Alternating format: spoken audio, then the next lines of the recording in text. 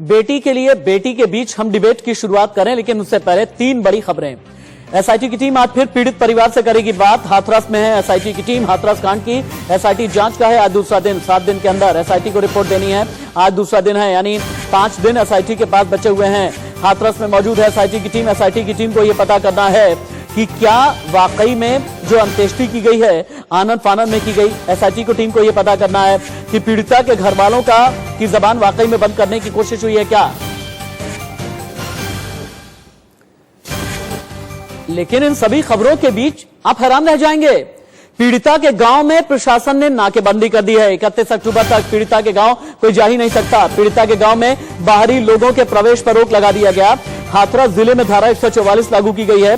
पीड़िता के गांव जाने के जितने भी रास्ते हैं सभी को सील कर दिया गया। पीड़िता के गांव में बाहरी लोगों का प्रवेश नहीं हो सकेगा। पीड़िता के गांव में जाने के तमाम रास्ते बंद कर दिए गए। मेरे ख्याल से अभी यहीं पर हमें डिबेट ओपन कर देनी चाहिए। यहीं पर डिबेट ओपन करें। मैं साथ जो मेहमान जुड़े हुए हैं उनका तारुफ करा दूं, इंट्रोड्यूस करा देता हूं। मैं बहुत जिम्मेदार लोगों में है। रेणु भाटिया है मेरे साथ, बीजेपी की स्पोक्स पर्सन है और मेंबर है विमेन कमीशन की। Ma'am, I am really very thankful कि आपने अपना बेशकीमती समय दिया।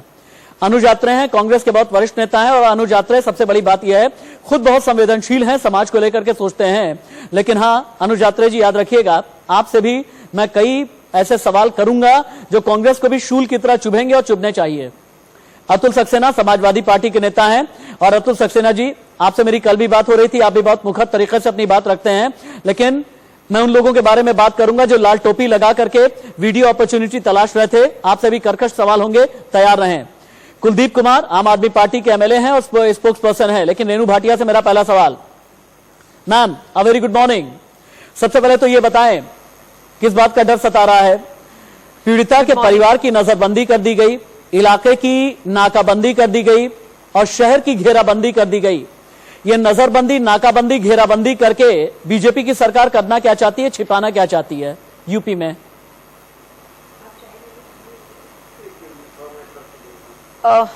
देखिए, सबसे पहले तो मैं बात की शुरुआत ऐसे करूंगी कि हमें बेहद अफसोस है कि इस तरह की घटना घटी है और परिवार के साथ पूरी संवेदना है हमारी।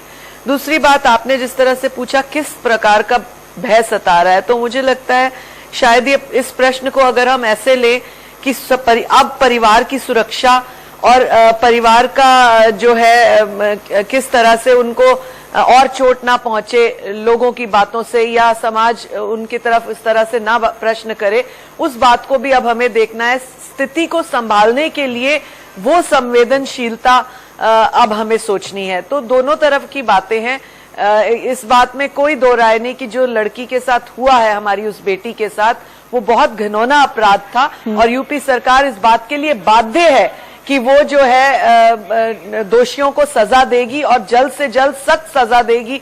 और आप जानते हैं कि अब सरकार, चाहे केंद्र की सरकार हो चाहे प्रदेशों की सरकार हो, इस तरह के मामलों के लिए बहुत संवेदनशील भी है और सजा के मामले में बहुत स्ट्रिक्ट भी है। तो सुरक्षा की दृष्टि से भी हमें अगर सोचे तो हमें पीड़ित परिवार को काम कर लेते हैं। आप ये कह रही हैं कि बहुत स्ट्रिक्ट भी हैं आप लोग, आप लोगों को किसी बात का डर नहीं सता रहा, प्रत्यक्ष को प्रमाण की जरूरत नहीं होती। 2 बयान सुनाता हूं आपको मैं। एक पीड़िता के घर वालों का, पीड़िता के पिता का बयान है, कितने डरे हुए हैं, कितने सहमे हुए हैं और किस डर में जीने को मजबूर हैं वो सुने आप भी यही कह रही हैं, सीएम साहब भी यही कहते हैं कि इंसाफ दिला करके रहेंगे, लेकिन डीएम साहब कैसे डरा रहे हैं। पहले पीड़िता के परिवार को सुनाएं, पीड़िता के पिता को पहले सुनाएं, उसके बाद मैम से फिर दोबारा बात होगी। आ सकते हैं क्या घर में? ना मना कर दीजिए, तो मुझे आवाज बिल्कुल मत दो। आपकी आवाज को दबाया जा रहा है? हाँ, मेरी आवाज को दबाया जा रहा है। अभी आपको कैसा लग रहा है? कैसा लग रहा है? आप कैसा महसूस कर रहे हैं इस समय? आप डर महसूस कर रहे हैं? दहशत को डर तो लग रहा है, क्या कहते तुम। और ये जो जांच कमेटी इन्होंने बिठाई है, इससे खुश हैं क्या? जांच कमेटी सुप्रीम कोर्ट के जज के द्वारा कहा गया तो मेरी सीबीआई जांच होनी। रेणु भाटिया जी, सुना आपने, बहुत डरे हुए हैं, बहुत सहमे हुए हैं, सीबीआई जांच होनी चाहिए। यूपी की पुलिस पर भरोसा है ही नहीं। यूपी पुलिस तो आप ही लोगों के अंडर में है, यूपी सरकार के अंडर में है। अब आप क्या कहेंगी? यह है संवेदनशीलता की हद। अब बोलें। देखिए, देखिए, जिस तरह की परिस्थिति से परिवार इस समय गुजर रहा है, नो डाउट वो इस समय जरूर सहमा हुआ भी होगा, डरा हुआ भी होगा, परंतु डर की डेफिनेशन शायद मुझे लगता है थोड़ा सा हमें उनको सहयोग करना चाहिए, उनको बोल्ड करना चाहिए, उनको हिम्मत दिलानी चाहिए ऐसे नाजुक समय में कि उनको किसी भी प्रकार की किसी से डरने की आवश्यकता नहीं है। मैं आपके चैनल पे ऑन एयर इसी बात को इसलिए बोल रही हूँ कि उनको थोड़ी सी हिम्मत रखनी होगी, उनके साथ पूरी तरह से न्याय। ठीक है, no please try to understand the language I want to explain. उनके साथ पूरी तरह से न्याय होगा, उनको किसी प्रकार से किसी से डरने की आवश्यकता नहीं। अगर किसी ने कोई नाजायज भी किया होगा, कहा भी होगा, तो उस चीज की भी पूरी जांच होगी और ईमानदारी से जो एसआईटी बिठाई गई है, ईमानदारी से जांच होगी। और आप कह रही हैं कि ईमानदारी से जांच की जाएगी, आप ये कह रही हैं कि पूरी तरह से संवेदनशीलता दिखाई जाएगी, सुरक्षा इसलिए दे रहे हैं। मैम क्या है ना, आप तो पैनल में कह रही हैं, आपकी नेक नियति पर मुझे कोई शक नहीं है। मुझे हो सकता है बहुत बार बड़े बड़े नेताओं की भी नेक नियति पर शक ना हो, लेकिन मुझे शक है डीएम पर। अब डीएम किस तरह से कह रहे हैं और डीएम धमका कैसे रहे हैं कि अपनी आवाज को बंद करो, मीडिया वाले अभी हैं, आधे चले गए हैं, आधे चले जाएंगे, हम तो यहीं पर रहेंगे। ये धमकी भी सुनिए, सुनाया जाए, डीएम साहब की धमकी सुनाई जाए। विश्वसनीयता खत्म मत करिए। तो मीडिया वाले मैं आपको बता दूं, आज अभी आधे चले गए, कल सुबह तक आधे और निकल जाएंगे, 2-4 बचेंगे कल रात को, तो हम आपके साथ खड़े हैं। अब आपकी इच्छा, आपको बार बार बयान बदलना नहीं बदलना है। मैम बड़ी अजीब सी बात है, डीएम साहब तो ये कह रहे हैं कि अपनी विश्वसनीयता खत्म मत कीजिए, मीडिया वाले अभी हैं, कल तो चले जाएंगे, हम तो यहां पर रहेंगे। ये तो इनडायरेक्ट तरीके से धमकी दी जा रही है मैम।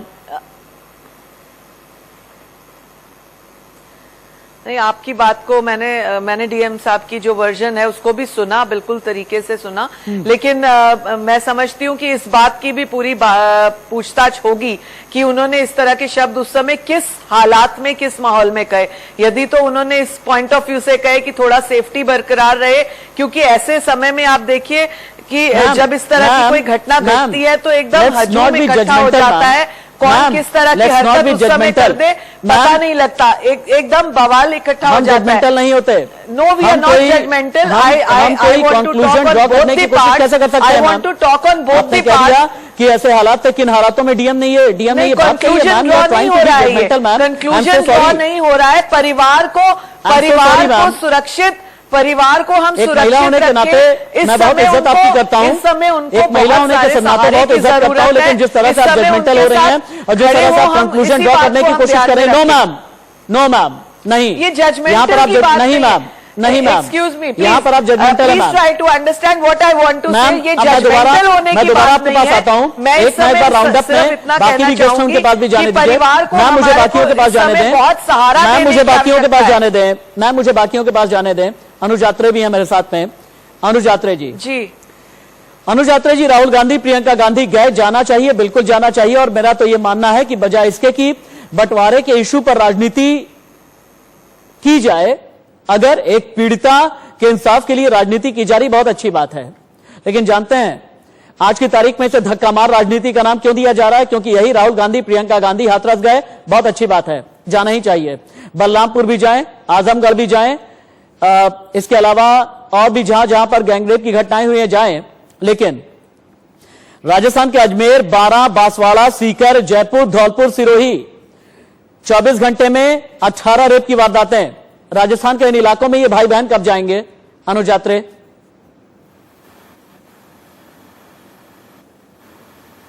देखिए राशिद जी, बहुत अच्छी बात है कि आज देश कांग्रेस को विपक्ष में रहते हुए भी राहुल गांधी और प्रियंका गांधी से ही उम्मीद करते हैं कि वो हर रेप के विक्टिम के साथ जाके उनके दुख दर्द में खड़े हों। ये भारतीय जनता पार्टी के लोग भी यही चाहते हैं, यही बार बार मांग करते हैं और हमारे मीडिया के प्रमुख लोग भी यही मांग करते हैं। मैं कहता हूं ये अच्छी बात है, उम्मीद उसी से की जाती है कि जो कुछ करता है, वरना भारतीय जनता पार्टी के नेता और इनके मंत्रियों से तो किसी को उम्मीद ही नहीं है। बता दीजिए कौन सा उत्तर प्रदेश का मंत्री या कौन सा सांसद, कौन सा विधायक वहां पर उनके दुख में शामिल हुआ। आप राजस्थान की बात करते तो चलिए, राहुल जी तो चले जाएंगे, देश भर में लगभग 500 से ज्यादा केस रोज रजिस्टर्ड हो रहे हैं, एनसीआरबी की रिपोर्ट बताती है। तो आप चाहते हैं कि राहुल गांधी जी डेली जो है 500 पीड़ितों से जाकर के मिले, तो कोशिश करेंगे वो मिलेंगे, क्योंकि राहुल जी से अपेक्षा की है, राहुल जी ही जाते हैं तो आज देश अपेक्षा करता है। लेकिन ये बता दीजिए कि कौन से हमारे मंत्री और सांसद सरकार में जो बैठे हैं, ये बता दें किसको के पास गए? क्या हाथरस में इतना बड़ा कांड हो गया, मुख्यमंत्री जी को जाना नहीं चाहिए? वहां के सांसद को, वहां के विधायक को, उधर से उस जिले से मंत्रियों को नहीं जाना चाहिए उनके दुख में शामिल होने?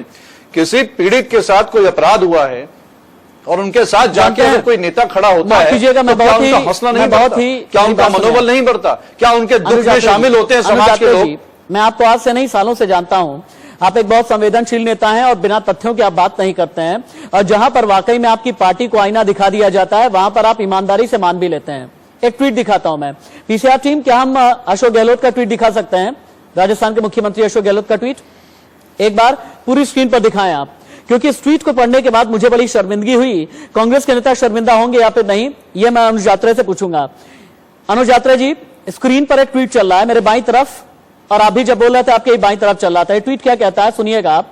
12 को लेकर के राजस्थान के मुख्यमंत्री ने क्या कहा, सुने।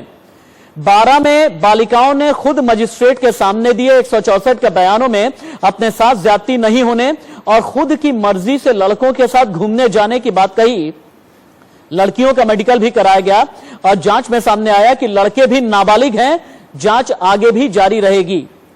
अरे, आपके मुख्यमंत्री तो ये कह रहे हैं अपनी मर्जी से लड़कियां घूमने गई थी, और उनका इशारा तो ये है अपनी मर्जी से घूमने गई थी, हादसा हो गया तो हम क्या करें। ये तो अब भी ज्यादा शर्मिंदा करने वाला है अनुज यात्रे। नहीं, देखिए राशिद जी, सुन लेना चाहिए। अशोक गहलोत साहब बहुत जिम्मेदार नेता हैं और बहुत ही सीजन पॉलिटिशियन हैं। बहुत वर्षों से जो है कई उन्होंने टर्म्स अपने मुख्यमंत्री के काल में रहे हैं, कोई भी ऐसी बात नहीं करेंगे। लेकिन ये इस चीज को वो भी जानते हैं कि आजकल देखा गया है, आप भी इन चीजों को देखते हैं, कई बार कानून की आड़ में कहीं ना कहीं लड़कों के साथ भी प्रताड़ना होता है।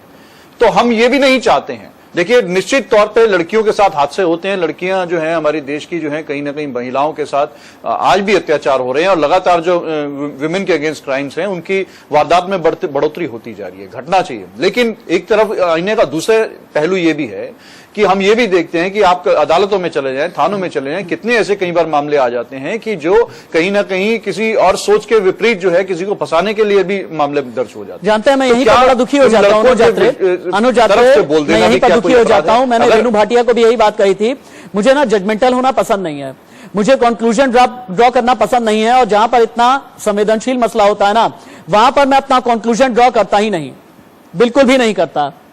अब मैं आ जाता हूं समाजवादी पार्टी के नेता अतुल सक्सेना पर। अतुल सक्सेना जी, लाल टोपी लगाए समाजवादी पार्टी के नेता और कार्यकर्ताओं को हमने देखा किस तरह से यूपी से लेकर के हाथरस तक बवाल कर रहे थे, बवाल काटे जा रहे थे। वीडियो अपॉर्चुनिटी और फोटो अपॉर्चुनिटी के अलावा आप लोगों ने कुछ मजबूत भी किया है क्या? काश की किया होता, काश की सिर्फ नारे ना दिए होते, यूपी में दम है क्योंकि जुर्म यहां पर कम है। काश कि आपके सुप्रीमो ने यह ना कहा होता लड़के हैं, लड़कों से गलतियां हो जाया करती हैं, तो आज यूपी को ये दिन ना देखने पड़ते। देखिए राशिद जी, जो आप लाल टोपी वालों की बात कर रहे हैं, ये लाल टोपी वाले समाजवादी पार्टी के जो कार्यकर्ता है ना, ये हर जुर्म जाति की टक्कर में हमेशा खड़े होते आए और हमेशा खड़े होते रहेंगे। और जो आपने कहा बवाल काटने वाली बात, ये बवाल नहीं काट रहे हैं। अरे राशिद भैया, ये जो है ना मामला जो है इतना संवेदनशील है और इतना अमानवीय जो घटना हुई है लोगों के मन इतना आहत है कि लोग सड़कों पर निकल आए हैं। और उसके बाद भी जो डीएम जो ये कहता है, ये जो दबाव में कहता है इस नौकरशाही को क्या हो गया है, मुझे बड़ा अफसोस होता है। ये धारा 144 लगा सकते हैं, पर आप ये बताइए क्या किसी को डराना धमकाना? अरे एक पाप तो इस डीएम ने ये कर दिया कि उस बच्ची को रात के अंधेरे में हिंदू संस्कृति के विपरीत जला दिया, और दूसरा पाप ये कर रहा है कि उसके परिवार को, शोकाकुल परिवार को जो डराने धमकाने का जो कार्य कर रहा है, इससे अफसोस और ज्यादा क्या हो सकता है। अरे जब 144 लग सकती है तो मैं कहता हूं इस डीएम के ऊपर क्यों नहीं 506 लग जाती है। इस सवाल का जवाब मुझे वाकई में अभी, हाँ ये सवाल जायज है। मेरे ख्याल से इससे पहले कि मैं कुलदीप कुमार के पास में चलूं, Renu Bhatia, I need you rebuttal. आपको रिबट करना चाहिए और बताएं आप, नजरबंदी, नाकाबंदी, घेराबंदी, मोर्चाबंदी करके आप लोग क्या छिपाना चाहते हैं? छिपाना क्या चाहते हैं आप? 31 अक्टूबर तक नाकाबंदी, ये तो अजीब सी बात है। पीड़िता के परिवार से कोई मिल ही ना सके, ये तो अजीब सी बात है। हाँ, राशिद, मैंने बिल्कुल शुरुआती तौर पर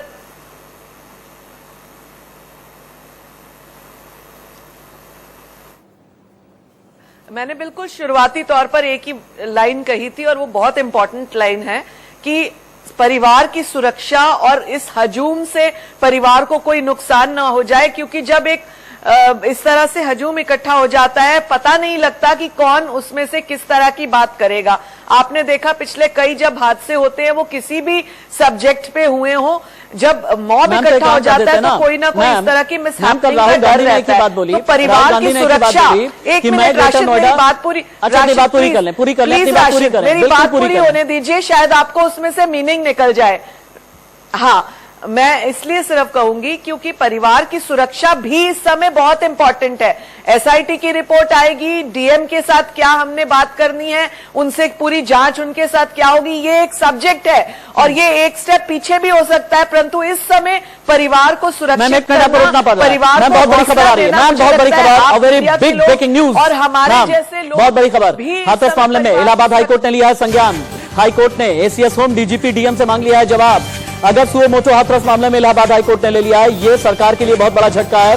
ये मंत्री से लेकर के संतरी तक, डीजीपी से लेकर के डीएम तक अगर जवाब मांग लिया है सुओ मोटो एक्शन लेते हुए। और हाँ, मैं एक बात चाहूंगा कि मेरी एडिटोरियल टीम जो है ये पीड़िता का डाइंग डिक्लेरेशन निकाल करके रखे। कल भी हमने दिखाया था, परसों भी दिखाया था। इंडिया न्यूज डाइंग डिक्लेरेशन दिखाने वाला पहला चैनल है। तुरंत ही पीड़िता ने मौत से पहले जो बयान दिया है वो मुझे निकाल करके दें, क्योंकि उसे लेकर के मुझे कुछ बातें करनी है। कुलदीप कुमार जी, ये तो एक बड़ी खबर हो गई। रेणु भाटिया जी, दोबारा आपके पास आ रहा हूं। कुलदीप कुमार आम आदमी पार्टी के नेता हैं, विधायक हैं और स्पोक्स पर्सन हैं। कुलदीप कुमार, अब जाकर के एडीजी लॉ एंड ऑर्डर ये कह रहे हैं सफदरजंग हॉस्पिटल की पोस्टमार्टम रिपोर्ट दिखाते हुए कि ये देखिए पोस्टमार्टम रिपोर्ट है, गैंगरेप हुआ ही नहीं, रेप हुआ ही नहीं, जीप काटी ही नहीं गई, वगैरह वगैरह वगैरह। मैं एक ही चीज पूछना चाहता हूं, कानूनन अगर किसी पीड़िता का डाइंग डिक्लेरेशन है तो क्या वो मायने नहीं रखता? अगर पीड़िता ये कह रही है डाइंग डिक्लेरेशन में कि मेरे साथ गलत तरीके से जबरदस्ती करने की कोशिश की गई, उसकी आवाज की लफ्जिश बता रही है कि उसकी जबान कटी हुई है, क्या इस डाइंग डिक्लेरेशन की कानूनी कोई वैल्यू नहीं है क्या कुलदीप कुमार? राशिद साहब, पहली बात तो मैं आपको बताना चाहता हूं कि जिस प्रकार से ये 14 तारीख की घटना है और जब 29 तारीख को उस बेटी की मृत्यु हो जाती है, उसके बीच में इनको 24 घंटे के अंदर उसका मेडिकल कराना चाहिए था, लेकिन इन्होंने नहीं कराया उस मेडिकल को, और इन लोगों ने उस मेडिकल रिपोर्ट को नहीं कराया। अगर इनको जो जिसकी बात कर रहे हैं, तो उसका रेप हुआ था या नहीं हुआ था, ये उसकी डेथ होने के बाद पता लगा, उसकी बॉडी को जलाने के बाद पता लगा। क्या इसी तथ्यों को छुपाने के लिए रातों रात यूपी गवर्नमेंट ने उस बेटी की बॉडी को बिना घर वालों को सौंपते हुए जलाने का काम किया? क्या यही वो तथ्य कुछ छुपाना चाहते थे? आज एडीजी लॉ एंड ऑर्डर आके बोलते हैं कि उसके साथ रेप नहीं हुआ था। वो बेटी जो उस वक्त जब वो मृत्यु के स्टेज पे खड़ी थी, जिसके साथ ये दुष्कर्म हुआ, वो जब उसके जो बयान आप सुनाइएगा टीवी पर, उस बेटी ने कहा है कि मेरे साथ 4 लोगों ने दुष्कर्म किया। उसने उनके नाम भी लिए हैं, 2 लोग भाग गए, उसने ये भी उसने बताया। तो उसके बयानों के तथ्य के आधार पर अगर इन्होंने देरी करी मेडिकल कराने में, तो तुरंत प्रभाव में उनके ऊपर मुकदमा करके उन लोगों को जेल में डाला जाए जिन्होंने मेडिकल कराने में देरी करी। दूसरी बात ये, रात के 3 बजे बेटी के शव को जलाया जाता है। अगर वो बेटी एडीजी लॉ एंड ऑर्डर एकदम ठीक बात है। अगर वो बेटी रेणु भाटिया जी, एक और चीज दिखाता हूं मैं। हाँ ठीक है सर, ओके ठीक है, राशि जी, ओके ठीक है, ओके ठीक है। रेणु भाटिया जी, अब टीवी स्क्रीन पर आपके लिए कुछ और भी आ रहा है। मामले में आप भी अपनी दलील दे रही हैं, सरकार की दलील है, प्रशासन की दलील है, लेकिन एक तस्वीर यह भी है कि किसी को भी परिवार से मिलने नहीं दिया गया। निर्भया मामले में वकील रही सीमा कुशवाहा, पीड़ित परिवार से मिलने पहुंची, उन्हें रोक दिया गया। सीमा कुशवाहा ने समझाया कि परिवार की तरफ से केस लड़ना चाहती हैं, लेकिन एडीएम ने साफ कहा कि आगे जाने की इजाजत किसी को नहीं है। एक बार सुनाएं, ऑडियो आप करें। मर्यादा में बात करिए मैडम, मर्यादा में बात करिए, आप भी मर्यादा में बात करिए, मर्यादा में बात करिए, मर्यादा में बात करिए, मर्यादा में बात करिए। आगे जाना हमें भी बोल जाता है, मर्यादा में बात करिए, मर्यादा में बात करिए।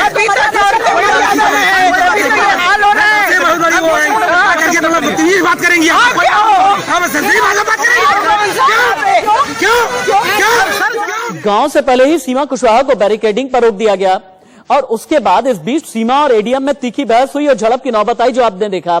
नतीजा ढाक के 3 पात्र रहा। सीमा कुशवाहा पीड़ित परिवार से मिलने जा ही नहीं पाई। रेणु भाटिया जी, ये कौन सा लोकतंत्र है, ये कौन सा रामराज है, ये कौन सा सुशासन है?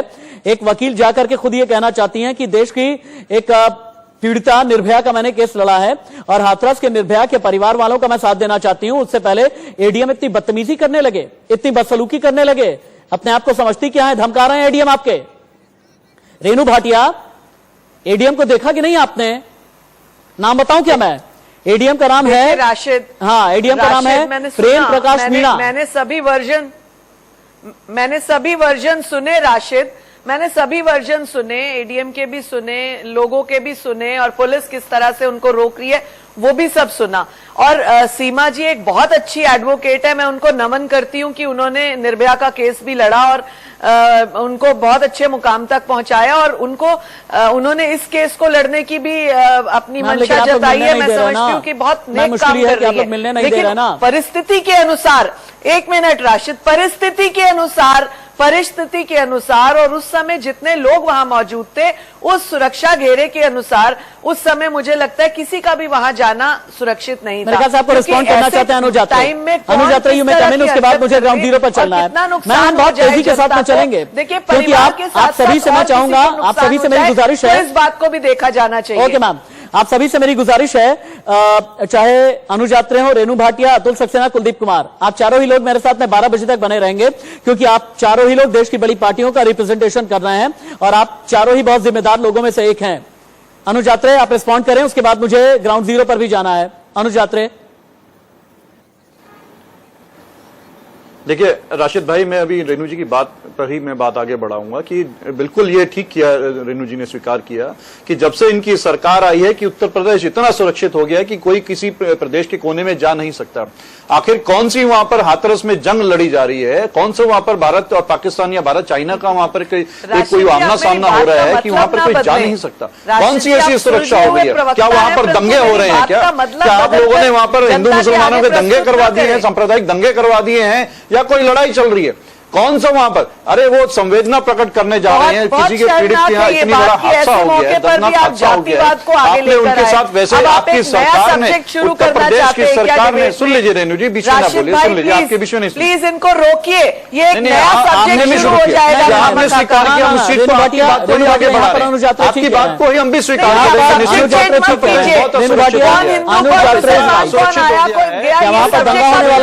हैं। हमारी एक देश मतलब आप अपने पुलिस पर, अपने प्रशासन पर बिल्कुल यकीन नहीं है, ग्राउंड जीरो लेकर के चलते हैं। अनुजात्रा रुके, रेणु भाटिया रुके, ग्राउंड जीरो चलते हैं पीएन शर्मा के पास। पीएन शर्मा, नाकाबंदी घेराबंदी क्यों की गई है? 31 अक्टूबर तक ये नौबत क्यों आन पड़ी कि शासन प्रशासन को ये आज की तारीख में लगता है कि पीड़िता के परिवार से किसी को भी मिलना नहीं चाहिए? तस्वीर दिखाएं, बात करें, अधिकारियों से बात करें, उन्होंने ऐसा क्यों किया?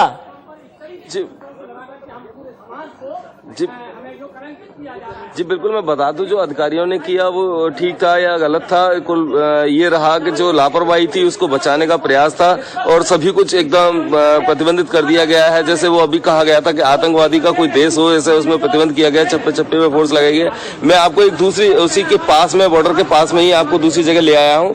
यहाँ पे ये ठाकुर लोगों ने अपना आंदोलन किया हुआ है, ये सभी लोग उस पर धरने पे बैठे हुए हैं। यहाँ पर ये देख सकते हैं आपके धरने पे बैठे हुए हैं सभी, और इनका सीधा सा वही आरोप है कि जो जांच होनी चाहिए थी वो सही जांच होनी चाहिए थी, लड़कों को फंसाया गया है वो गलत फंसाया गया है। ये पहली बार एक आवाज आज उठी है, ये आवाज उठाई जा रही है। मैं आपको दिखा सकता हूँ, ये पीछे आप मेरे देख सकते हैं, और अपने साथी से चाहूंगा कि वो दिखाएं आपको। और ये देखिए आप सभी, पूरा एक आंदोलन है, आंदोलन के लिए बैठे हुए हैं सभी लोग, धरने पे बैठे हुए हैं। बड़ा ठाकुर समाज है जो धरने पे बैठा हुआ है, ये आप देख पा रहे होंगे सभी को। अच्छा, और मैं चाहूंगा किसी से बात शासन ने धारा 144 लागू की है, लेकिन यहाँ पर ये कौन, ये क्या दलित समाज के लोग हैं? ये दलित समाज के लोग हैं पीएन शर्मा? नहीं, ये ठाकुर समाज है। ये जाना चाहेंगे क्या है, क्यों कर रहे हैं आप लोग आंदोलन? जल्दी लाइव चल रहा है, आप तो बताइए। देखिए, आज आंदोलन जो हो रहा है 14 तारीख को भूलगढ़ी के गांव में, जो मनीषा बहन के लिए जो क्षत्रिय समाज के लोगों पर आरोप लगाया जा रहा है, सबर समाज के लोगों पर आरोप लगाया जा रहा है, वो पूरी तरह से निराधार है, उसका कोई तथ्य नहीं है, पूरी तरह बेबुनियाद है। दूसरा, मैं उन लोगों को आगाह करना चाहता हूँ जो यहाँ के सांसद हैं, यहाँ के विधायक हैं। सांसद जी कहते हैं चिक के मैं दलित हूँ, मैं दलित हूँ, मैं दलित परिवार के साथ हूँ। क्या आपको वोट सवर्णों ने वोट नहीं दिया? केवल आपको दलितों ने सांसद बनाया तो आपके लिए? मैं पूछना चाहता हूँ आपके चैनल के माध्यम से। पीएन शर्मा, ये तो बहुत बड़ी बात बोल रहे हैं। और पीएन शर्मा आपने बहुत बड़ी रिपोर्ट दी है, आप यहीं पर रहे हैं। पीएन शर्मा आप यहीं पर रहे हैं और आपके पास दोबारा लौट करके आता हूं। ये राजपूत समाज के लोग हैं जिनका ये कहना है कि बेहद शरीफ लोग हैं और इनके लिए इंसाफ की कोई बात ही नहीं कर रहा। जो सांसद हैं, जो विधायक हैं, ये तो दलितों का नाम ले रहे हैं। इनमें से दलित सांसद हैं, दलित विधायक हैं। क्या ये विधायक हमारे नहीं हैं? हमारी बात करने के लिए कौन आगे आएगा? यानी रेप को यहां पर भी राजनीति के बीच घसीट करके रखने की कोशिश की जा रही है। लेकिन इन तस्वीरों के जरिए बहुत कुछ हम बता रहे हैं आपको। पैनल के साथ दोबारा लौट करके आएंगे, राजस्थान भी आपको लेकर के चलेंगे। हेडलाइंस देखिए और उत्तर प्रदेश में अभी तक रेप के आंकड़े क्या कहते हैं, उनके मुकाबले राजस्थान में रेप की कितनी खबरें हैं, ये सब कुछ आगे